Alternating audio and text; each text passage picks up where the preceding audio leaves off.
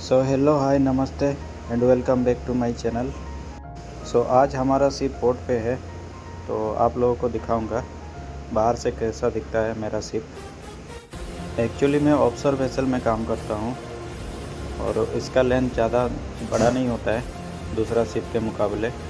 इसका लेंथ है 70 to 80 metre रहता है। अभी फ़िलहाल हम लोग हैं जाबेल वाली पोर्ट में, और जहाँ पे मैं वर्किंग कर रहा हूँ इसको हम लोग जेट्टी बोलते हैं। जेट्टी में वर्क करते करते मैंने अपना शिप का वीडियो बनाया था जो आप लोगों के साथ शेयर कर रहा हूँ, और आगे आप लोगों को दिखाऊंगा जाबेल वाली पोर्ट रात में दिखता कैसा है जब हम लोग खास करके पोर्ट में रहते हैं। आगे जो आप लोगों को दिखाई दे रहा है रस्सी, ये शिप को बांधे हुए रहता है। तो जब भी हम लोग जेट्टी में आते हैं तो ये रस्सी के सहारे हम लोग शिप को जेट्टी में बांधते हैं।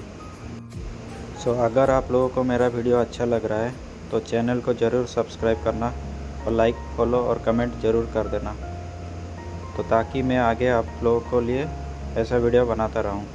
Thank you.